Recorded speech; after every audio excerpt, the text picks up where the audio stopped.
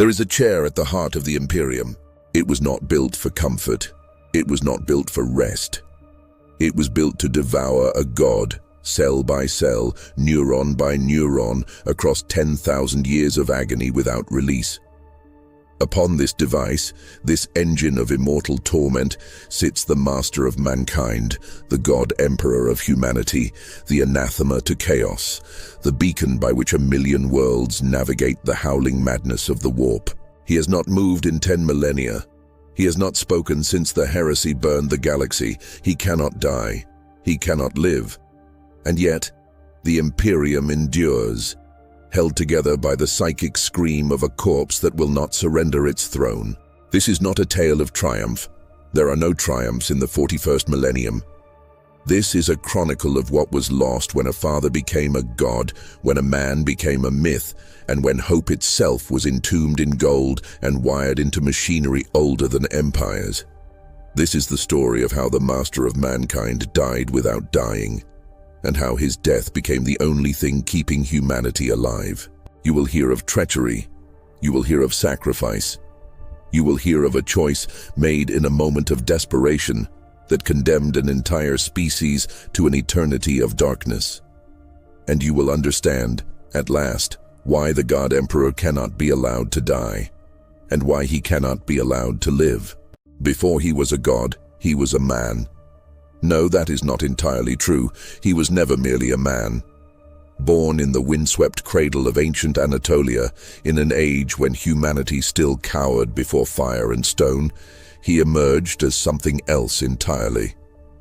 A confluence of shaman souls, they say. 8,000 psychic martyrs binding themselves together in a desperate act of collective suicide, their essences merging into a single, immortal consciousness. A weapon against the predators of the warp. A guardian made flesh. For 38,000 years, he walked among humanity, unseen and unnamed. He was there when the first cities rose from the river valleys. He was there when empires fell to dust and were forgotten. He wore 1,000 faces, spoke 1,000 tongues, guided kings and toppled tyrants, all in service of a singular vision, the ascension of mankind. Not through faith, not through superstition, through reason, through enlightenment, through the cold, brutal calculus of science and unified purpose. He saw the birth of religions and watched them curdle into wars. He witnessed humanity's first stumbling steps into the stars during the dark age of technology, that golden age when men built machines that could think, when AI minds birthed wonders and horrors in equal measure. He watched as those machines turned against their creators, as the men of iron rose in rebellion, as humanity's greatest achievement became its most terrible threat. And he watched as the warp, the roiling dimension of thought and nightmare that underlies reality, exploded into insanity. The fall of the Eldari, the birth of Slanesh, the shattering of the webway, the warp storms that tore the galaxy apart, isolating every human world in a prison of silence and terror. For 5,000 years, Old Night reigned. Worlds regressed to barbarism. Colonies starved. The greatest civilization in galactic history ate itself alive in the darkness. And he waited. He waited until the storms began to abate, until the moment was right. And then, at last, he revealed himself. Terra was a tomb when he came to reclaim it. The birthplace of humanity had become a charnel house, carved into techno-barbarian kingdoms ruled by warlords and tyrants. Hive cities scraped the polluted sky. Rad wastes glowed in the darkness. Gene-forged abominations hunted in the ruins. Humanity's homeworld was a nightmare of its own making, and no one remembered that it had ever been anything else. He came as a conqueror, not with words, not with mercy, with thunder and lightning, with armies clad in gold, with weapons that unmade flesh and shattered stone. He was the warlord of Anatolia, the emperor of mankind, though he had not yet claimed that title, and he offered every kingdom on Terra the same choice: kneel or be annihilated. Most knelt. Those who did not were erased. This was not cruelty. This was necessity. He understood what most did not, that humanity's survival required unity, that the scattered tribes of Terra could not withstand what was coming, that the galaxy beyond was filled with horrors, Xenos empires, warp spawn, things that fed on human suffering, and only a united species, armed with reason and technology, could hope to endure. So he forged that unity in blood. And when Terra was his, he looked to the stars. They called it the Great Crusade, and it was the most ambitious military campaign in galactic history. 200 years of unrelenting expansion. Legions of superhuman space marines, each one a demigod of war, led by the Primarchs, his sons, 20 genetic miracles crafted from his own essence, scattered across the galaxy by the machinations of the ruinous powers, and then reclaimed one by one to lead his armies. Forge worlds churned out warships by the thousands. The Mechanicum of Mars pledged their forges and their knowledge. The Imperial army, trillions of baseline humans, marched across the stars in service of a dream. And what a dream it was. A galaxy free from the tyranny of Xenos, free from the taint of chaos, free from superstition and ignorance. An Imperium of man, ruled by reason, where humanity would take its rightful place as the dominant species in the cosmos, where the warp would be mastered, not feared, where the webway, the ancient Eldari network of faster-than-light tunnels, could be rebuilt for human use, freeing mankind from dependence on navigator mutants and the perils of warp travel. He called it the Imperial Truth. There were no gods. There was no supernatural. There was only the material universe and humanity's mastery of it. It was a lie, of course. He knew the truth. He had walked the warp. He had bargained with its denizens, stolen their secrets, wielded their power. The four ruinous powers, Khorne, Nurgle, Tzeentch, Slaanesh, were as real as gravity, as hunger, as death. But he believed that if humanity could be shielded from the knowledge of the warp, if faith and worship could be excised from the human psyche, the Chaos Gods would starve. They fed on emotion, on belief, on the psychic emanations of mortal souls. Deny them their sustenance, and they would wither. So he lied, and for a time it seemed to work. The golden age that never was. At the height of the Great Crusade, the Imperium spanned 1,000,000 worlds. Terra was transformed. The hives gleamed. The palace sprawled across half a continent, a monument to human achievement built on the bones of the old world. The Astronomicon, a psychic lighthouse powered by his own will, burned in the warp, guiding ships safely through the madness. The Webway project neared completion, hidden beneath the Imperial Palace, a secret so profound that only he and a handful of trusted souls knew of its existence. Victory seemed inevitable, but cracks were already forming. The Primarchs, those magnificent sons, were not the flawless instruments he had designed. They were men, each one shaped by the worlds that had raised them. Horus, the most beloved, carried the weight of command like a crown of thorns. Angron had been mutilated by Xenos technology, his brain rewired for eternal rage. Mortarion despised his father's hypocrisy. Lorgar sought gods where none were permitted. Konrad Curze descended into madness, haunted by visions of a terrible future. Magnus the Red delved too deep into the warp, convinced he could master what should never be touched. And the Emperor, locked in his secret work, grew distant. He did not see the resentment festering in his sons. He did not see the Chaos Gods weaving their plans, whispering into the hearts of those who felt abandoned, unloved, misunderstood. He did not see the rot spreading through the Imperium's foundations. Or perhaps he did see and believed he could contain it.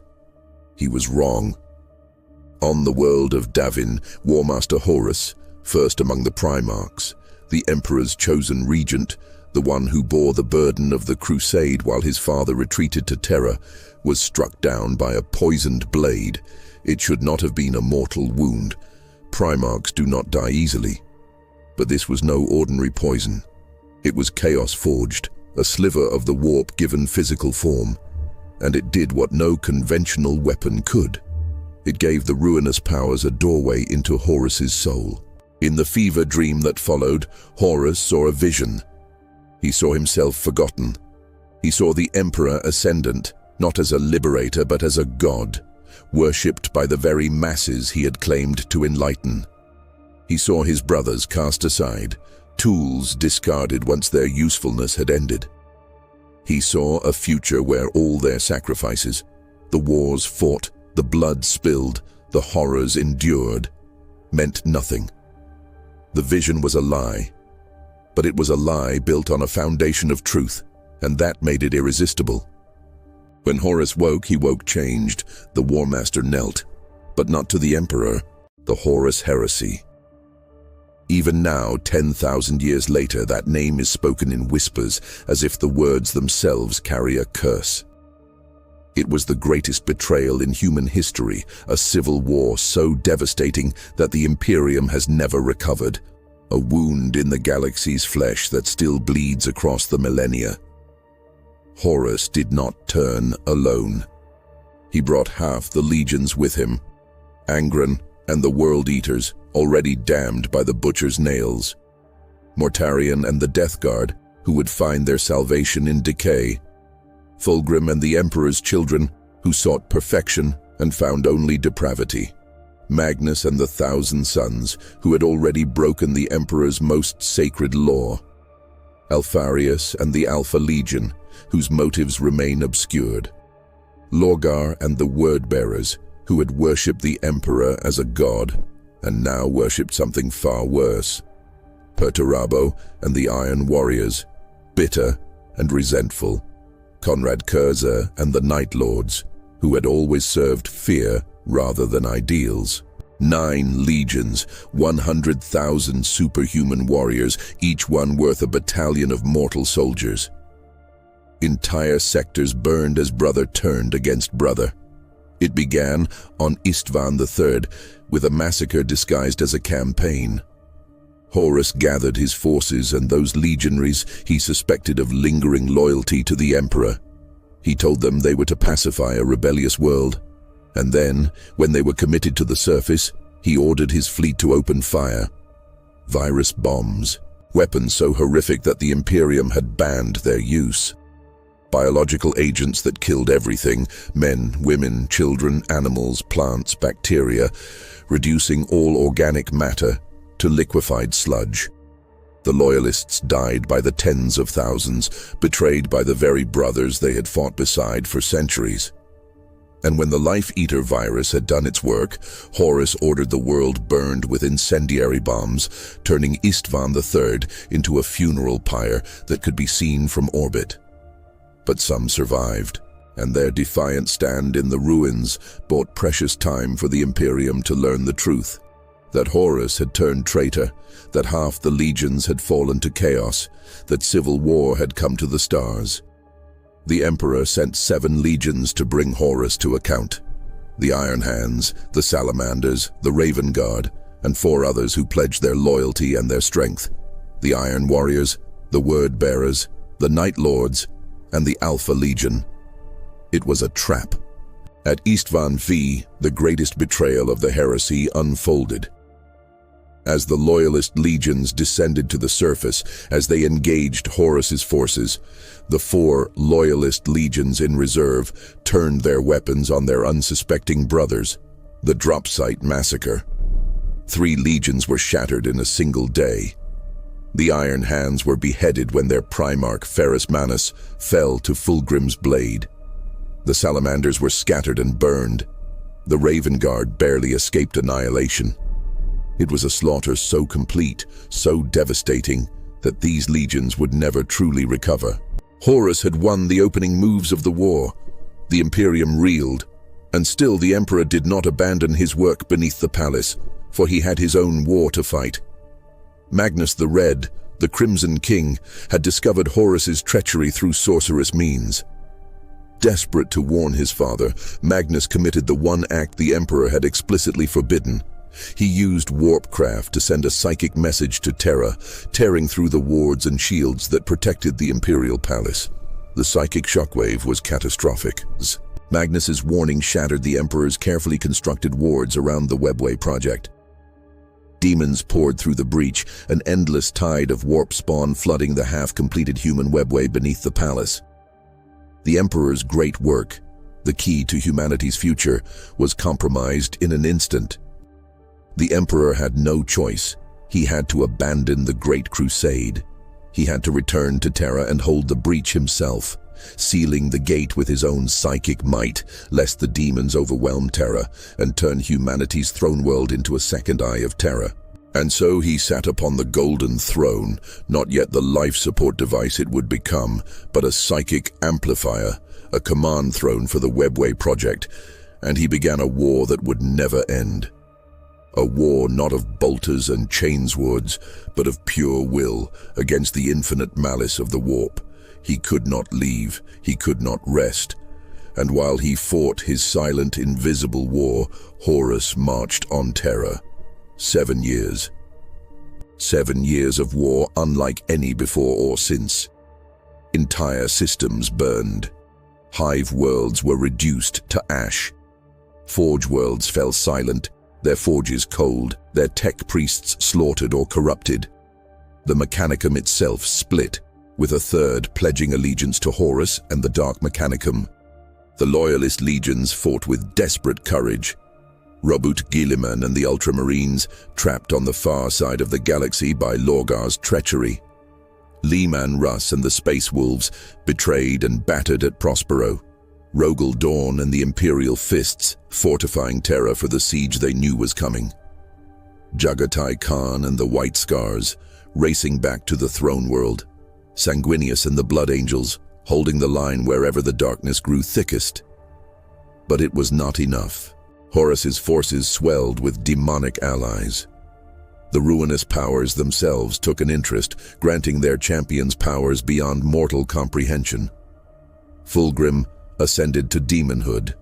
Angron became an avatar of Khorne's fury. Mortarion embraced Nurgle's gifts. Magnus, broken by the Emperor's censure, joined Tzeentch willingly. And still Horus marched on, his goal singular, his purpose absolute, to overthrow the Emperor and claim the Imperium for himself, or see it burn in the attempt. When Horus's fleet translated into real space above Terra, the sky turned black with warships.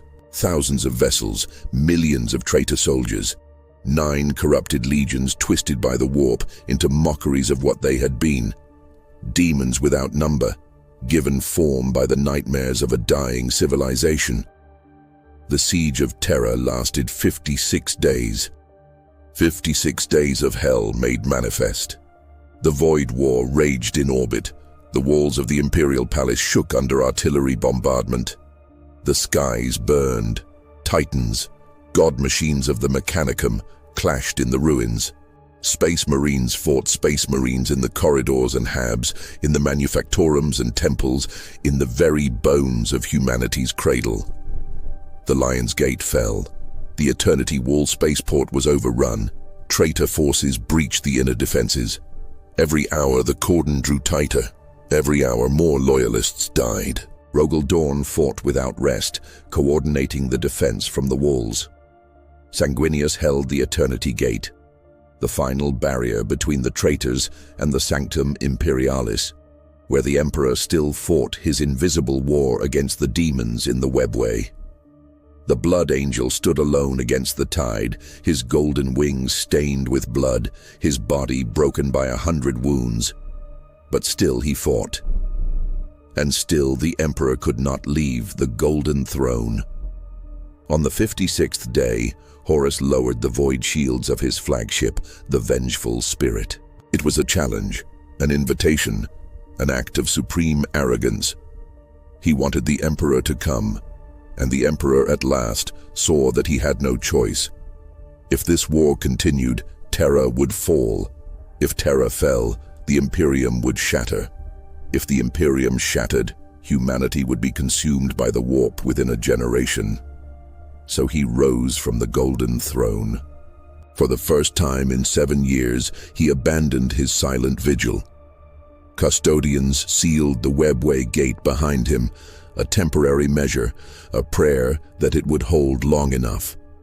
And the Emperor, flanked by his Praetorians, teleported to the Vengeful Spirit. Rogel Dawn went with him. So did Sanguinius, the brightest of the Primarchs, the one who had foreseen his own death and walked toward it anyway. They materialized in hell. The Vengeful Spirit had become a temple to chaos. Reality itself was unstable within its corridors. Demons prowled the shadows. The walls wept blood. Time ran backward and forward simultaneously. It was not a ship anymore. It was a wound in the universe. They fought their way toward the bridge, toward Horus, and Sanguinius reached him first. Sanguinius stood before his brother, and for a moment, just a moment, he hoped that Horus could be redeemed, that some spark of the Warmaster he had loved still remained beneath the corruption. He was wrong. Horus had passed beyond redemption. He was no longer merely a man empowered by chaos. He was a vessel for the dark gods themselves, bloated with power stolen from the warp, his soul consumed by ambition and hatred. Sanguinius fought. He fought with all the grace and fury of the Blood Angels, with all the strength of a Primarch. But he was already dying. His body was a tapestry of wounds from the siege. His wings were broken, and Horus had become something more than mortal. The Warmaster broke him, crushed his throat, shattered his spine, and left him to die at the foot of the throne. When the Emperor arrived moments later, he found Sanguinius's corpse still warm. They faced each other across the bridge of the Vengeful Spirit. Creator and creation, father and son, Emperor and Warmaster. Horus smiled. "Father," he said, "I've been waiting." The Emperor did not respond with words. He could see what Horus had become, could see the chaos taint that had devoured his soul, the puppet strings of the dark gods wrapped around his essence. This was no longer his son. This was a weapon aimed at the heart of humanity. And yet, he hesitated, because beneath the corruption, some faint echo of Horus remained. The boy he had found on Chthoniya, the warrior who had stood at his side for 2 centuries, the son he had loved in whatever limited way a being like the Emperor could love. Horus felt that hesitation, and he attacked. Primarchs are weapons incarnate, forged by the greatest geneticist in galactic history. But the Emperor was their maker, and he was something else entirely. A being of pure psychic might clothed in flesh, a consciousness that had endured for 38,000 years, a warrior who had fought demons and Xenos warlords since the dawn of civilization. And yet, Horus had the power of the Chaos Gods behind him. The duel that followed shook the Vengeful Spirit to its foundations. Psychic lightning scorched the air. The Warmaster's mace, the World Breaker, crashed against the Emperor's flaming sword. Every blow was enough to level a building. Every parry sent shockwaves through the ship. Horus was faster than he had any right to be, empowered by the warp. He struck the Emperor again and again, each blow laced with corrupting energies designed not just to kill, but to annihilate, to erase the Emperor from existence across all timelines. The Emperor held nothing back. He unleashed psychic fire that would have incinerated a mortal mind. He wielded the power that had once humbled gods and shattered empires. But he was still holding back, still searching for some way to save his son. And Horus sensed it. "You're weak," the Warmaster snarled. "You always have been. You hide behind lies and call it truth. You demand loyalty but give none in return. You are no father. You are a tyrant." The Emperor did not reply. He drove his sword through Horus's chest. The Warmaster laughed. And then he grabbed the blade and pulled the Emperor close. What happened next depends on who tells the tale. Some say a lone Imperial guardsman teleported accidentally onto the bridge, threw himself at Horus in a futile gesture of defiance, only to be obliterated by the Warmaster's power. And that senseless act of sacrifice finally broke through the Emperor's hesitation. Some say it was a custodian, the last survivor of the teleportation, who met the same fate. Some say it was a Terminator, one of Dawn's Imperial fists, who charged Horus knowing he would die. The truth is lost to history, but what is known is this. The Emperor saw, in that moment, what Horus had truly become. Not a fallen son who could be saved, but a malignant tumor that would destroy humanity if allowed to survive. The Chaos Gods had invested so much of their power into Horus that he had become an existential threat, a nexus of corruption that would spread across the galaxy like a plague if he lived. And so, the Emperor stopped holding back. He unleashed the full measure of his psychic might, not to kill Horus's body, to annihilate his soul. The psychic conflagration that followed was so intense that mortal eyes looking upon it would have burned from their sockets. The Emperor poured everything he had, 10,000 years of accumulated power, the psychic might of a weapon forged in prehistory, into a single obliterating strike. Horus screamed. It was not a scream of pain. It was the sound of a soul being ripped apart at the fundamental level, erased from the warp, denied even the oblivion of death. The Chaos Gods recoiled, their connection to their champion severed. And Horus, the Warmaster, the most beloved of the Primarchs, ceased to exist in every meaningful sense. But the victory came at a cost. Horus, in his final moments, had landed a blow that should have been impossible. The Warmaster's mace had struck true, empowered by the dying echoes of the Chaos God's investment. The Emperor's golden armor cracked. His body, that perfect immortal form, was broken. He collapsed. Rogel Dorn found him there. The Lord of the Imperial Fists, the Praetorian of Terra, the one who had fortified the palace against impossible odds, stood on the bridge of the Vengeful Spirit and looked upon his father's broken form. The Emperor lived, barely. His body was ruined, his spine shattered, his lungs pierced, his flesh scorched by chaos-tainted energies that would not heal. But his mind, that vast, incomprehensible consciousness, still burned. Dorn lifted him as gently as adamantium hands could manage, and he carried him back to Terra.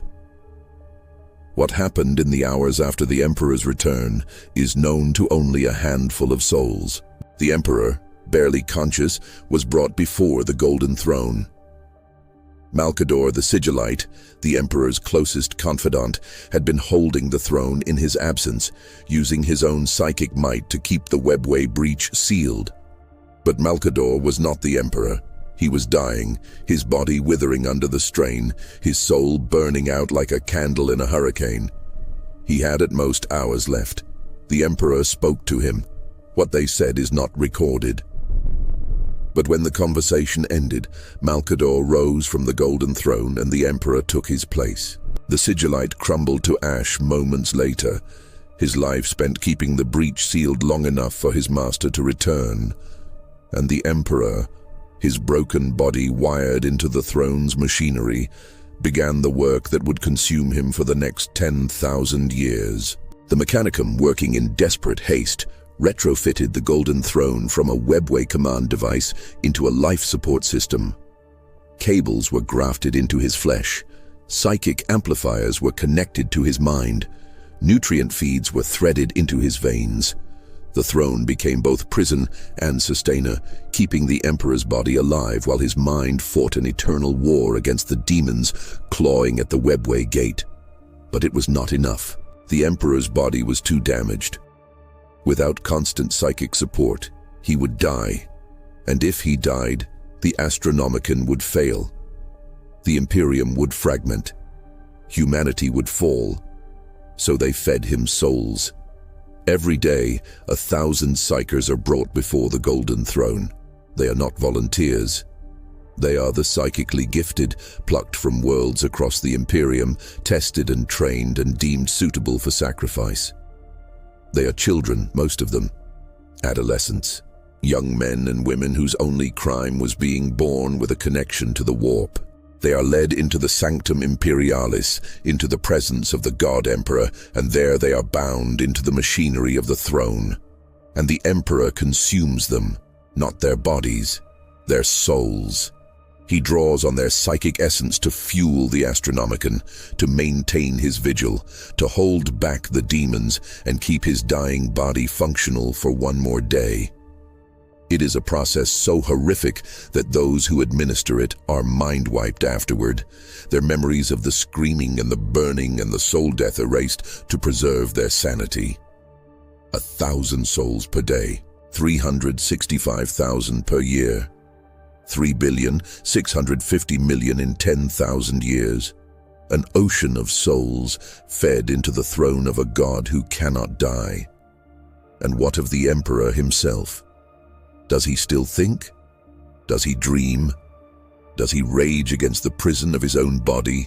Or has his consciousness transcended such mortal concerns? No one knows. He has not spoken in 10,000 years. The custodians who stand vigil in the sanctum report, no movement save the occasional spasm, no sound save the wet rasp of failed lungs pulling air through a collapsed windpipe. The Mechanicum's instruments record brain activity, but at such a level that it defies comprehension, patterns of thought too vast and complex to be called human. Some say he is fighting a war in the warp, a psychic battle against the chaos gods themselves, and that every moment of his suffering is an act of defiance that keeps humanity from damnation. Some say he is trying to reincarnate, that his consciousness is slowly migrating to the warp to be reborn in a new body. But the process is taking millennia, and he must remain anchored to the throne until it is complete. Some say he is simply enduring, bearing the weight of an empire that has twisted his dream into a nightmare, watching helplessly as the Imperium he built becomes a theocratic tyranny that worships him as the very thing he fought to prevent, a god. And some, heretical voices whispered in the dark, say he is already dead, that the Emperor died on the Vengeful Spirit, and what sits on the throne is merely a psychic echo, a lingering will without consciousness, a ghost powering a lighthouse for a species too terrified to let him go. In the centuries after the heresy, something unexpected happened. The imperial truth died. The promise of reason, of science, of a galaxy free from superstition, it died with the Emperor's entombment. The betrayal was too deep. The trauma was too profound. Humanity needed something to believe in, something to give meaning to the suffering. And so they turned the Emperor into a god. It began with the survivors of the siege. Soldiers who had seen the Emperor stand against Horus. Civilians who had been saved by the light of the Astronomicon. Pilgrims who came to Terra to glimpse the Golden Throne and left convinced they had been in the presence of divinity. Lorgar had been right all along. Humanity needed gods, and in their desperation, they made one. By the 32nd millennium, the imperial cult had become the state religion. The ecclesiarchy rose as a political power second only to the administratum. Cathedrals dwarfed hive spires. Saints were canonized. Miracles were recorded. Prayers were offered before battle, before meals, before sleep.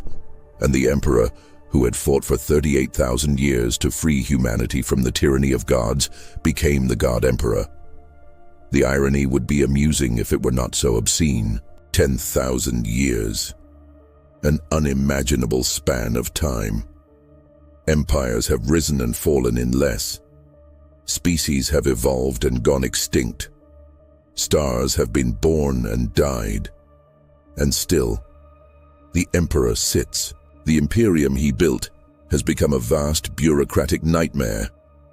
1,000,000 worlds, each one a study in suffering. hive cities where billions toil in darkness, never seeing the sun. Agri-worlds where entire populations are enslaved to feed the endless appetite of the Imperium's war machine. Forge worlds where tech priests worship machines as idols and innovation is heresy. Death worlds where children are trained to kill before they can read. It is the cruelest regime imaginable. A theocratic, totalitarian state where dissent is punished with execution, where mutation is a death sentence, where the Inquisition roots out heresy with fire and blade, where entire worlds are exterminated on suspicion of corruption. And all of it is done in the Emperor's name. The Emperor who wanted humanity to be free. The Emperor who banned religion and superstition. The Emperor who dreamed of a galaxy where humans lived in peace and prosperity. That dream is dead. But the Imperium endures, and it endures because of the light. The Astronomicon burns in the warp, a psychic beacon visible across half the galaxy. It is the only reason warp travel is possible, the only reason the Imperium can communicate between systems, the only reason it has not splintered into a million isolated kingdoms drowning in the dark. Navigators, mutant psychers with a third eye that can perceive the warp, use the Astronomicon to plot courses through the madness. Without it, every warp jump would be suicide. Ships would be lost, consumed by demons, or spat out centuries off target if they emerged at all. The Astronomicon is the Emperor's gift to humanity. It is also his chain, because the Astronomicon requires the Golden Throne. And the Golden Throne requires the Emperor. And the Emperor requires 1,000 souls a day, every day, forever. It is a bargain written in blood and suffering. Humanity survives, but only by feeding its God. And the God cannot refuse. They come from across the galaxy. Soldiers who have fought in the Emperor's name and wish to die in his presence. Preachers who believe they have been called to terror by divine will. Nobles seeking absolution for sins real and imagined. The sick and the dying hoping for a miracle. The faithful who simply want to see the God Emperor before they die. The pilgrimage to terror takes years, decades for some. They travel in the bellies of ships, packed into holds with thousands of others, existing on stale rations and recycled water. Many die en route. Disease, accidents, violence. The journey is as perilous as any war zone. Those who survive arrive at Terra to find a world transformed. The palace sprawls across continents, a golden cathedral the size of nations. The approaches are choked with supplicants. Some have been waiting for years just to pass through the outer gates. The air is thick with incense and prayer. Servitors chant litanies on endless loop. Pilgrims flagellate themselves in the streets, convinced that suffering will earn them favor. And somewhere deep within the Sanctum Imperialis, behind walls of adamantium and faith, the Emperor sits on his throne and does not acknowledge their devotion, because he cannot. But sometimes, rarely, miracles happen. There are documented cases of individuals, usually members of the Adepta Sororitas, the Sisters of Battle, who have died in service to the Emperor and returned, wreathed in golden light, imbued with power beyond mortal ken.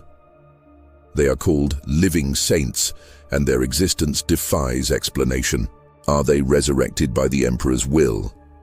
Are they manifestations of the Emperor's psychic power, given form and purpose? Are they something else entirely, warp entities born from humanity's collective faith, shaped by belief into instruments of divine wrath? No one knows, but they fight with the fury of the faithful. They perform miracles, they inspire armies, and when their purpose is complete, they fade, returning to whatever state they came from, leaving only legends behind. Saint Celestine is the most famous. She has died and returned more than once, each time emerging to lead the faithful in their darkest hour. She speaks of the Emperor as if she knows him, as if she has stood in his presence and been given a mission. Whether the Emperor knows of her existence is uncertain, but the Imperium believes. In recent centuries, something impossible has occurred. The Primarchs, the demigod sons of the Emperor, long thought dead or lost or ascended, have begun to return. Robout Guilliman, Primarch of the Ultramarines, was resurrected after 10,000 years in stasis, brought back by the intervention of the Eldari and the desperate gamble of Archmagos Kol. He walked through the palace and stood before the golden throne, stood before his father. And what he saw there broke something in him. The Emperor spoke to Guilliman, not with words, but with psychic projection, a communication so overwhelming that it brought the Primarch to his knees.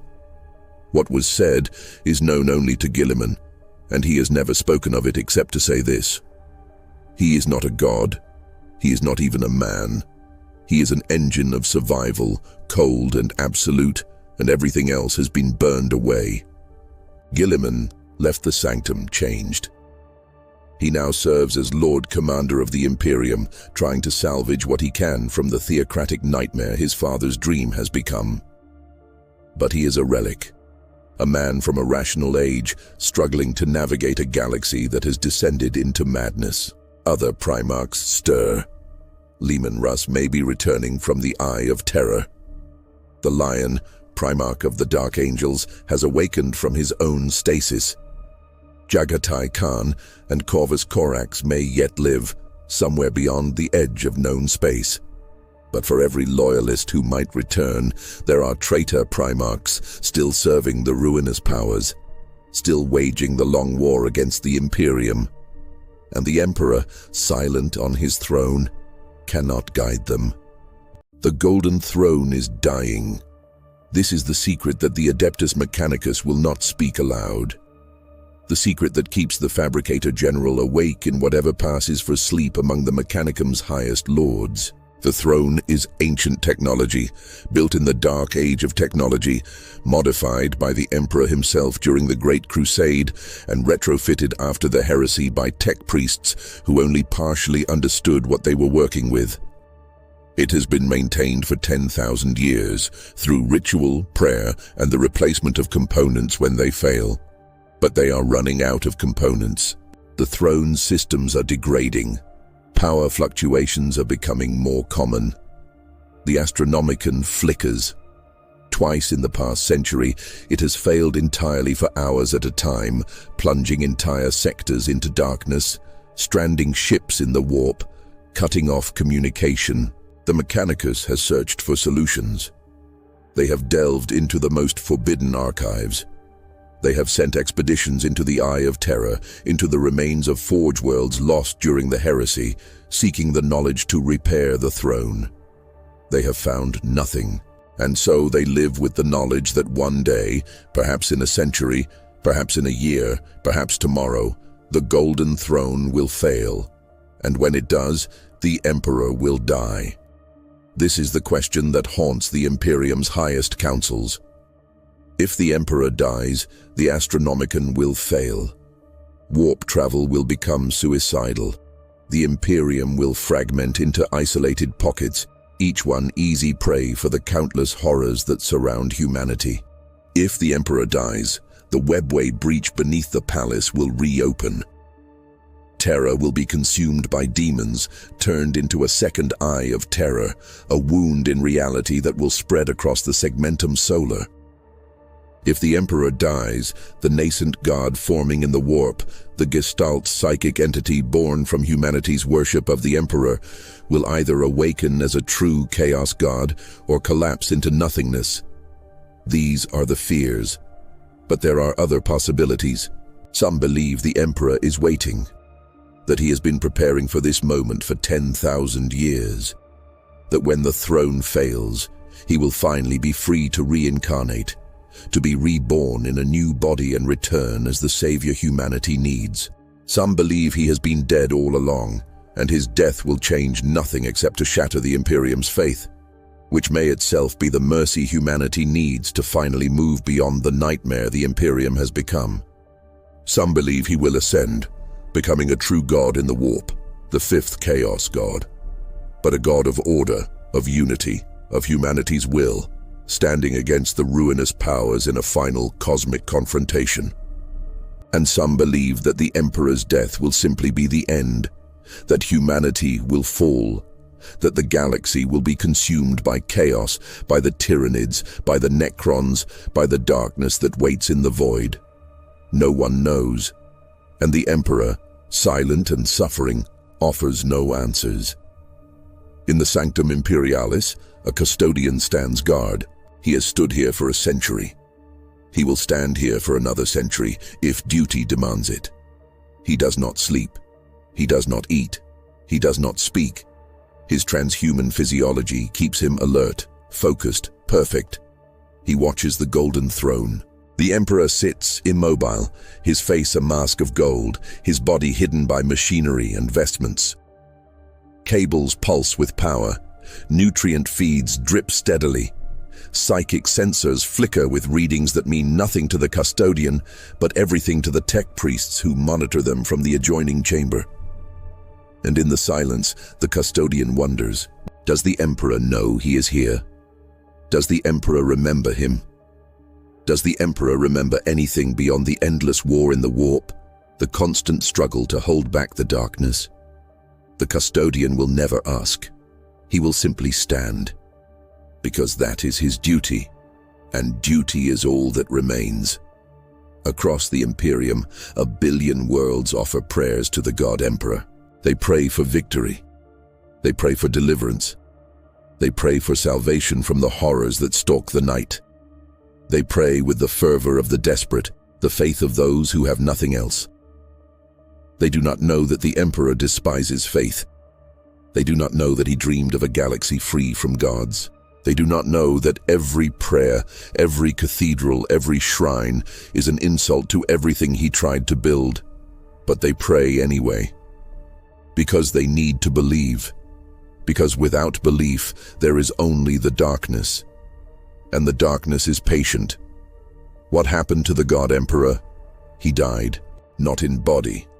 His body still sits upon the golden throne, fed by 1,000 souls a day, kept alive by machinery and will. But the man he was, the architect of the Imperium, the scientist king who sought to free humanity from ignorance and superstition, that man died on the Vengeful Spirit. What remains is something else, a psychic engine, a divine corpse, a god who never wanted to be a god. And perhaps that is the greatest tragedy of all, not that he fell in battle, not that he was betrayed by his sons, but that he succeeded in saving humanity, and in doing so became the very thing he hated most, a god, eternal, unchanging, and utterly, completely alone. He sits. He has always sat. He will always sit. And the Imperium endures, built on the foundation of his suffering, held together by the light of a God who cannot die and cannot live. This is the 41st millennium. There is only war. And at the heart of it all, in darkness and silence, the God Emperor burns. This chronicle is ended. It will not be remembered. Because to remember is to question, and questions are heresy. Sleep well, pilgrim. The Emperor watches. He has always watched. He will always watch. And his gaze is terrible beyond measure.